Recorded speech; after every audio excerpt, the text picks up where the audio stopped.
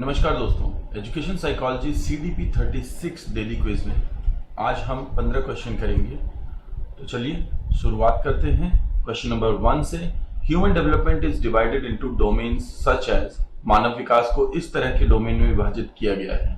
Option A, emotional, cognitive, spiritual and social psychological. B, psychological, cognitive, emotional and physical. C, physical, spiritual, cognitive and social. और D, physical, cognitive, emotional and social.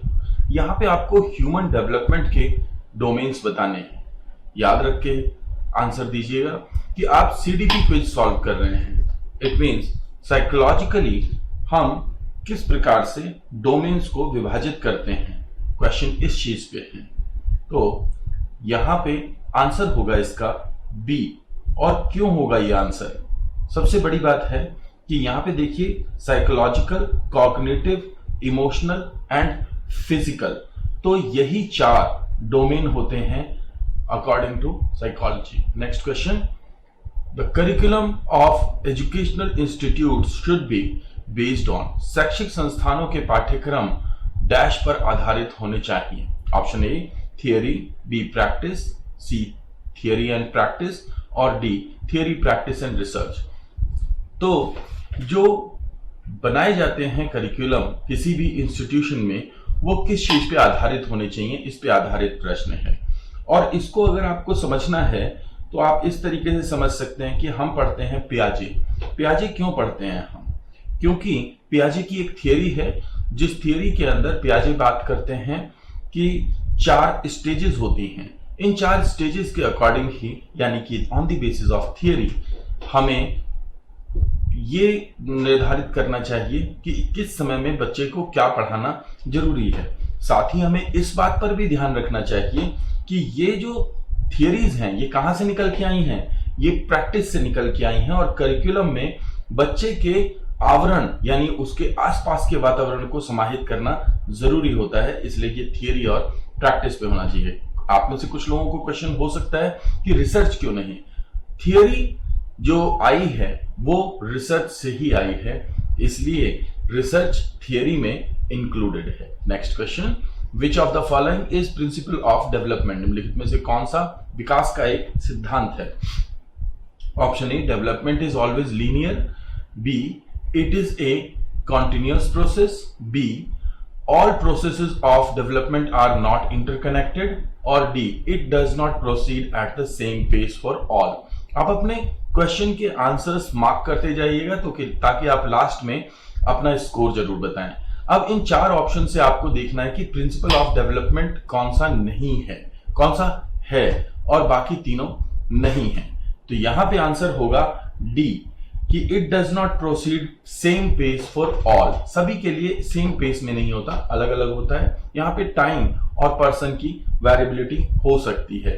याद रखें, principle of development book में 7 chapter में दिए हुए हैं, देख सकते हैं आप। A teacher uses a text and some pictures of fruits and vegetables and hold a discussion with her students. The students link the details with their previous knowledge and learn the concept of nutrition. This approach is based on एक शिक्षक एक पाठ और फलों और सब्जियों के कुछ चित्रों का उपयोग करता है और अपने छात्रों के साथ चर्चा करता है। छात्र अपने पिछले ज्ञान के साथ विवरण को जोड़ते हैं और पोषण की अवधारणा सीखते हैं। यह दृष्टिकोण किस पर आधारित है? Option A, theory of reinforcement. B, operant conditioning of learning. C, construction of knowledge, और D, classical conditioning of learning. तो आपको बताना है कि जो टीचर द्वारा अपनाई गई विधि है ये इन 4 में से किसको फॉलो कर रही है। देखिए, यहाँ पे सबसे महत्वपूर्ण चीज है कि बच्चे जो है वो अपनी प्रीवियस नॉलेज में नए एग्जाम्पल्स को जोड़ करके और नॉलेज को कंस्ट्रक्ट कर रहे हैं। इसी थॉट पे बना हुआ है NCF.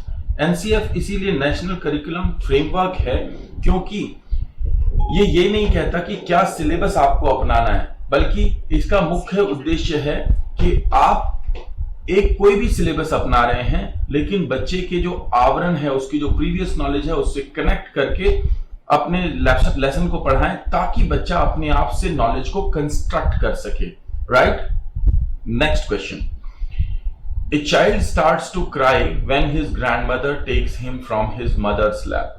The child cries due to. एक बच्चा रोने लगता है जब उसकी दादी उसे अपनी मां की गोद से ले जाती है। बच्चा रोता है क्योंकि A emotional anxiety, B stranger anxiety, C separation anxiety या डी सोशल एंजाइटी। एंजाइटी का जो थॉट है वो साइकोलॉजी का एक महत्वपूर्ण हिस्सा है। आपको बताना है कि इन चार में से कौन सी एंजाइटी है। देखिए यहां पे आपको एक्चुअली नाम नहीं दिया गया है, लेकिन ये खास करके इस पे विनीकॉट ने काम किया है। अपार्ट फ्रॉम विनीकॉट, उससे पहले फ्रॉइड इस पे काम कर चुके हैं। तो जब हम एंजाइटी के इस सेक्शन की बात करते हैं तो यहाँ पे ध्यान रखिएगा, यहाँ पे एक थॉट आता है जो आपने अभी तक पता नहीं मुझे पढ़ा होगा या नहीं पढ़ा होगा। इसे कहते हैं ऑब्जेक्टिफिकेशन। तो बच्चा जो होता है वो ऑब्जेक्टिफाई करता है और वो अपनी माँ को अपने ही बॉडी का एक एक्सटेंडेड हिस्सा मानता है। तो जैसे ही उसे माँ की गोद से वापस लिया जाता है तो उसे लगता है कि उसका एक हिस्सा उससे दूर कर दिया गया है। इसको कहते हैं सेपरेशन एंजाइटी, इसलिए आंसर होगा C. Next question, inclusive education, समावेशी शिक्षा। A encourage strict admission procedures, B include indoctrination of facts, C include teachers from marginalized group, और D celebrates diversity in the classroom। तो समावेशी शिक्षा है क्या? जो कि सख्त प्रवेश प्रक्रियाओं को प्रोत्साहित करती है, तथ्यों का समावेश करती है, या हाशिए पर जो लोग होते हैं जो किसी तरीके से समाज की मुख्य धारा से हट गए हैं या उनका विकास उतना नहीं हो पाया है, उनकी बात करते हैं, या फिर कक्षा में विविधता को और सेलिब्रेट करता है। तो आपको आंसर देना है इन चार ऑप्शंस के आधार पे। समावेशी शिक्षा यानी कि इंक्लूजन, और जब भी आप इंक्लूजन की बात कर रहे हो तो सबसे महत्वपूर्ण फैक्ट याद रखिएगा, इंक्लूड करना एक सेलिब्रेटिव मूवमेंट होता है इन इंक्लूजन। तो किसी भी प्रकार का जो इंक्लूजन होता है उसमें डी होता है। बाकी तीनों की अगर बात करें तो स्ट्रिक्टनेस नहीं होनी चाहिए, फैक्ट्स का कोई रोल नहीं होता, और जहां तक मार्जिनलाइज्ड ग्रुप की बात है तो यहां पे होते हैं मार्जिनलाइज्ड ग्रुप, लेकिन इंक्लूड्स टीचर्स बोल रहा है, यहां पे टीचर्स नहीं स्टूडेंट्स होगा, इसलिए आंसर होगा D. Next question, which of the following is an objective question, निम्नलिखित में से कौन सा एक वस्तुनिष्ठ प्रश्न है? Option 1 open ended questions, be true और फॉल्स, सी ऐसे टाइप क्वेश्चंस, और D short answer type question. यहां पे पूछा जा रहा है कि ऐसा कौन सा क्वेश्चन है इनमें से जो कि ऑब्जेक्टिव होगा, जिसमें कि पहले से निर्धारित होगा कि यानी कि जनरली वो फैक्ट बेस्ड क्वेश्चन होगा, जिसमें कि एक फैक्ट दिया गया होगा और उसके दो में से एक आंसर होगा, या तो वो ट्रू होगा या फिर वो फॉल्स होगा। तो यहां पे ऑब्जेक्टिव आंसर होगा। अगर हम ओपन एंडेड आंसर की देखें तो सबसे ज्यादा सब्जेक्टिव आंसर्स होते हैं ओपन एंडेड आंसर, जिसमें कि रिफ्लेक्शन और अंडरस्टैंडिंग को परखने के लिए ये क्वेश्चन दिए जाते हैं। जहां तक ऐसे टाइप क्वेश्चन की बात है तो ऐसे टाइप क्वेश्चंस का उद्देश्य होता है विवरणात्मक ज्ञान होना, यानी आपके अंदर इलैबोरेटिव नॉलेज है उसकी या नहीं। जहां तक शॉर्ट आंसर टाइप आंसर होता है उसके अंदर ऑब्जेक्टिविटी तो होती है कि आपको ऑब्जेक्टिव नॉलेज है या नहीं, but with your subjective expressions. तो यहां पे बी होगा आंसर, जिसमें कि एक्सप्रेशन भी ऑब्जेक्टिव है और आंसर भी ऑब्जेक्टिव है। Next question, the most effective method to teach the concept of germination of seeds is, बीजों के अंकुरण की अवधारणा को सिखाने के लिए सबसे प्रभावी तरीका कौन सा है? Option A to draw a picture on the blackboard and give descriptions, ब्लैकबोर्ड पर चित्र बनाना और विवरण देना। To show pictures of seed growth, बीज वृद्धि के चित्र दिखाने के लिए। C to give detailed explanation, विस्तृत विवरण देने के लिए। या to make the students plant seeds and observe stages of germination, छात्रों को बीज बोने और अंकुरण के चरणों का निरीक्षण करने के लिए। तो बीजों के अंकुरण की अवधारणा को सिखाने के लिए सबसे प्रभावी तरीका कौन सा है? यहां पूछा जा रहा है कि मेथड कौन सा बेहतर होगा। जब भी ऐसा पूछा जाए तो ये क्वेश्चन में आप हमेशा ध्यान रखें, आपको पता होना चाहिए लर्निंग स्टाइल्स। तो ऐसा वो कोई भी मेथड जो कि ज्यादातर लर्निंग स्टाइल्स को कवर कर ले, आप उस मेथड को यहां पे आंसर के रूप में चूज कीजिए। in this way to make students plant seeds and observe stages of germination. तो अगर आप ऐसा करने के लिए कहते हैं तो ये लर्निंग बाय डूइंग मेथड होगा। जब भी डूइंग होता है तो उसके अंदर हमारी सबसे ज्यादा इंद्रियां काम करती हैं, और अगर हम ड्रॉ करने के लिए बोलते हैं, शो करते हैं या गिव डिटेल्स ऑफ एक्सप्लेनेशन, इन सभी के अंदर बहुत लिमिटेड अप्रोच है, जबकि एक्सटेंसिव अप्रोच है डी ऑप्शन के अंदर। तो हमेशा ध्यान रखें ऐसे क्वेश्चंस को सॉल्व करने के लिए लर्निंग स्टाइल्स वर्क एनालिसिस का प्रयोग करें। चैप्टर 1 में पेज नंबर 1 पे दी हुई है हमारे बुक के अंदर। Next question, when a child fails it means, जब बच्चा विफल हो जाता है तो इसका मतलब क्या है? Option A, the child should have taken private tuition, बच्चे को निजी ट्यूशन लेना चाहिए। बी, सिस्टम हैज फेल्ड, पूरा सिस्टम ही, पूरी प्रणाली फेल हो गई है। C, the child is not fit for studies, बच्चा स्टडीज के लिए फिट नहीं है। और D, the child has not memorise the answers properly, बच्चे ने उत्तरों को ठीक तरीके से याद नहीं किया है।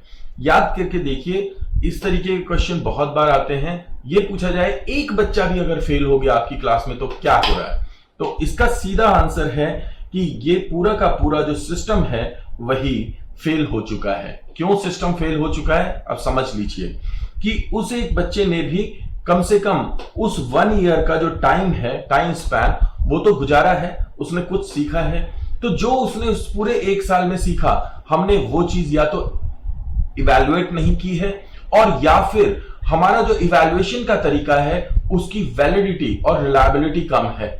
इन एनी केस, या तो टीचर ने पढ़ाया नहीं है या टीचर ने इवैल्यूएट ठीक से नहीं किया है, वरना बच्चा फेल हो ही नहीं सकता, क्योंकि उसने उस 1 साल में कुछ ना कुछ तो जरूर सीखा है।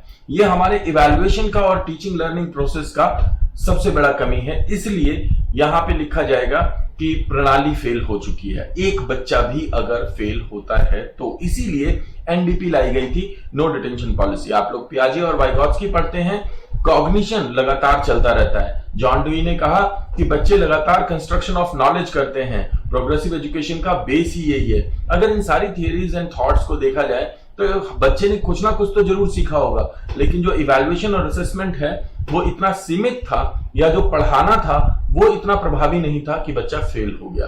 तो इसको ध्यान रखें, अगर एक बच्चा भी फेल होता है तो पूरा सिस्टम फेल हो रहा है। Next question, which of the following is a feature of progressive education, निम्नलिखित में से कौन प्रगतिशील शिक्षा की विशेषता है? Option A, emphasis on scoring good marks in examination, परीक्षाओं में अच्छे अंक लाने पर जोर। B, frequent test and examinations, बार बार परीक्षण और परीक्षा पे। C, flexible time table and sitting arrangement, लचीले समय सारणी और बैठने की व्यवस्था। और D, instruction based solely on prescribed text book, निर्देश केवल निर्धारित पाठ्य पुस्तकों पर आधारित होने चाहिए। क्या होगा यहां पे आंसर? तो ध्यान से समझिए, जब भी ऑप्शन ए दिया हुआ है कि emphasis on scoring good marks, नहीं हो सकता। क्यों नहीं हो सकता? क्योंकि अगर बच्चा अगर अच्छे नंबर लेकर के आएगा तो उसने सिलेबस तो कंप्लीट कर लिया, पर वो क्या उसके अंदर वो जीवन कौशल आए, उन कौशलों की जांच नहीं हुई। दूसरा ऑप्शन आता है फ्रीक्वेंट टेस्ट एंड एग्जामिनेशंस। अगर आप फ्रीक्वेंट टेस्ट और एग्जामिनेशंस ले रहे हैं तो उससे असेसमेंट और इवैल्यूएशन तो लगातार हो रहा है, लेकिन आप बच्चे की कमियां कब ठीक कर रहे हैं, उसको सोचने का मौका कब दे रहे हैं, उसकी अपनी जो ज्ञान है उसको बेहतर करने के लिए कहां मौका दे रहे हैं। और डी ऑप्शन की अगर बात करें, instruction based on solely prescribed text book, prescribed text book को अगर गीता मान लिया गया तो फिर तो एनसीएफ का मूल मंत्र क्या है कि एक किताब गीता के रूप में नहीं मानी जा सकती। आंसर इसलिए होगा इसका C, and this is flexibility and sitting arrangement. हाँ, अलग ये बहुत सारे जो प्रोग्रेसिव एजुकेशन के उद्देश्य हैं और तरीके हैं उनमें शायद सबसे लास्ट में है, इसलिए बहुत महत्वपूर्ण नहीं है। लेकिन यहां पे जो दिए गए ऑप्शन है उसमें एलिमिनेशन का फंडा लगेगा और बाकी 3 तो बिल्कुल एग्जिस्ट नहीं करते, इसलिए सी होगा answer. Next question, the idea of teaching the whole child in the philosophy of pragmatism in education means teaching students to be good. तो ध्यान रखिए, यहां पे आपको जॉन डुई पे जो हमने वीडियो किया था, पियाजे पे जो वीडियो किया था, उससे पहले फ्रोबेल और पेस्टोलॉजी पे जो वीडियो किया था, उनकी आपको जरूरत पड़ेगी। उससे आप इस बात को समझ सकते हैं कि शिक्षा में व्यवहारिकता के दर्शन को पूरा पूरे बच्चे को, द होल चाइल्ड को पढ़ाने के विचार का अर्थ है छात्रों को अच्छा होना सिखाना, यानी A citizen, B thinkers, C learners या डी साइंटिस्ट। तो होल चाइल्ड को पढ़ाने का जो प्रोसेस है उसमें सबसे महत्वपूर्ण चीज है डेमोक्रेसी एंड सिटीजनशिप। याद रखिएगा, आप एक बेहतर सिटीजन बनाना और उसके अंदर डेमोक्रेटिक आइडियोलॉजी को इनबिल्ड करना। इसीलिए प्रोग्रेसिव एजुकेशन में the main role is of community, कि आप कम्युनिटी का एक हिस्सा हैं, तो आप खुद कम्युनिटी को चेंज करते हैं और कम्युनिटी आपको चेंज करती है। इसी इंटरप्ले से आप एक बेहतर सिटीजन के रूप में डेवलप होते हैं। नेक्स्ट क्वेश्चन 11th है, according to Kohlberg a teacher can instil moral values in children by. Kohlberg के अनुसार एक शिक्षक बच्चों में नैतिक मूल्यों का जन्म दे सकता है। Option A, laying clear rules of behaviour, व्यवहार के स्पष्ट नियम रखना। B, involving them in discussion on moral issues, उन्हें नैतिक मुद्दों पर चर्चा में शामिल करना। C, giving strict instructions on how to behave, कैसे व्यवहार करें पर सख्त निर्देश देना। और giving importance to religious teachings, धार्मिक शिक्षाओं को महत्व देना। इनमें से कौन सा तरीका है जिसको कोलबर्ग कहेंगे? कोलबर्ग ने बहुत सारे डायलेमा की बात की है, और जब वो डायलेमा की बात करते हैं यानी दुविधाओं की, तो वो ये पूछते हैं कि क्या आंसर है, व्हाट इज द आंसर। लेकिन यहां पे व्हाट से ज्यादा इंपॉर्टेंट है कि व्हाई इज दैट आंसर, क्यों इंपॉर्टेंट है। यानी कि वो सारा का सारा ध्यान देते हैं किस चीज पे, कि बच्चों को इन्वॉल्व किया जाए डिस्कशन में on the basis of moral issues, कि क्या मोरालिटी हो सकती है और क्या मोरालिटी नहीं हो सकती। आंसर होगा B. Next question, according to पियाजे stages of cognitive development the sensory motor stage is associated with. पियाजे के संज्ञानात्मक विकास के चरणों के अनुसार सेंसरी मोटर चरण के साथ जुड़ा हुआ है। Option A, ability to solve problem in logical fashion, तार्किक फैशन में तार्किक तरीके से समस्याओं को हल करने की क्षमता। Ability to interpret and analyse options, विकल्पों की व्याख्या और विश्लेषण करने की क्षमता। कंसर्न्स अबाउट सोशल इश्यूज, सामाजिक मुद्दों के बारे में चिंता। या imitation memory and mental representation, नकल, स्मृति और मानसिक प्रतिनिधित्व।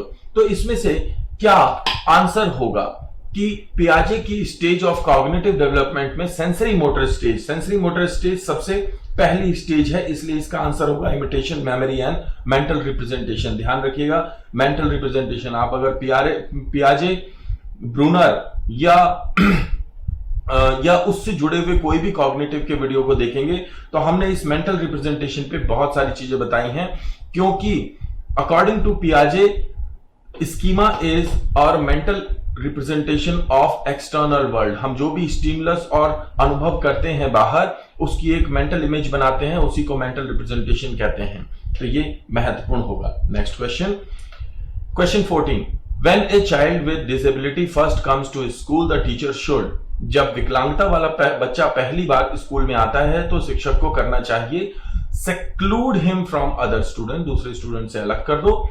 Discuss with the child's parent to involve collaborative plans, सहयोगी योजनाओं को विकसित करने के लिए बच्चे के माता पिता के साथ चर्चा करें।